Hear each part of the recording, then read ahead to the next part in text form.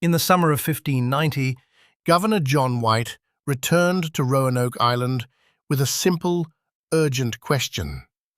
Where did the 115 English men, women, and children go? 3 years earlier, a frail colony had been left under his charge while he sailed back to England for supplies. Political storms and war delayed his return. What he found instead of his family and neighbors was an empty settlement and one chilling clue. The word Croatoan, carved into a wooden post. The scene reads like a deliberate puzzle. Houses dismantled carefully, no blood, no battle signs, no bodies. Keys still hung on racks, only that single word and nothing more. White had instructed the colonists that if they left under duress, they should carve a Maltese cross to signal danger. There was no cross. The absence of typical signs of a panic departure suggests the inhabitants left intentionally, or at least with warning. Croatoan pointed toward a nearby island, today called Hatteras, where the Croatoan tribe lived and where White had planned to meet them if necessary. One line of thought takes that word at face value. The colonists moved to Croatoan and assimilated with the local native communities. Support for this theory comes from several sources. Later English explorers reported indigenous people with European features, grey eyes, and clothing resembling English styles. Oral histories among some tribes speak of European ancestors.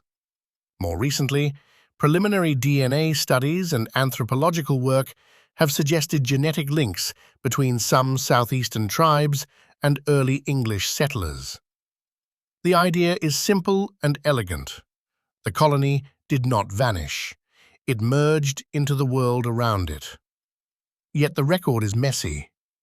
Some historians argue the Croatoan integration theory is partly wishful thinking, an appealing, humane resolution to a grim mystery. Other explanations offer grimmer possibilities. The late 16th century was a violent theater. Spanish privateers and rival powers roamed the Atlantic, and the Spanish crown had incentive to eliminate English footholds. Raiding along the Carolina coast was not unheard of. A well-timed raid might have removed the colonists or scattered them inland. Still, evidence for a Spanish raid specifically at Roanoke is thin. No direct accounts, no artifacts clearly tying the disappearance to Spanish activity. Another possibility is conflict with local tribes. Relations between Europeans and native peoples varied dramatically. Some groups welcomed trade and cooperation, others reacted to encroachment and deceit with force. It's plausible that tensions culminated in a brutal attack, leaving the colony destroyed and survivors taken or killed.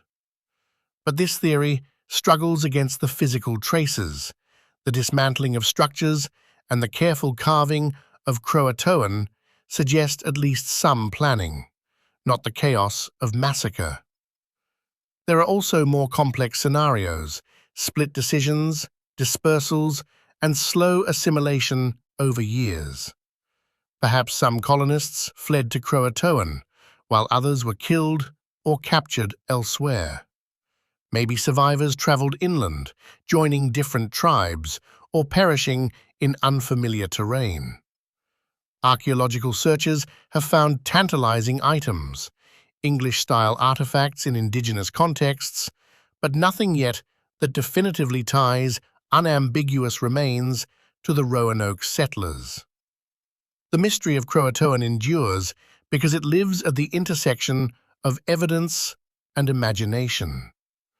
We have a contemporaneous inscription, credible accounts of Europeans living among native peoples, and yet an absence of definitive proof. Modern DNA studies add weight to the assimilation theory, but they are not conclusive. Theories of massacre or Spanish interference remain plausible, given the period's volatility. In the end, Croatoan is more than a word. It is a direction and a symbol. It reminds us that history often refuses tidy endings. The Roanoke settlers may have dissolved into a new community, or they may have been swept away by violence we cannot reconstruct. Either way, their story presses us to listen to the quiet, clues-carved letters, oral traditions, and small artifacts, and to accept that some mysteries retain their power precisely because they do not resolve neatly. The carved word endures, a whisper from the past, urging us to keep searching.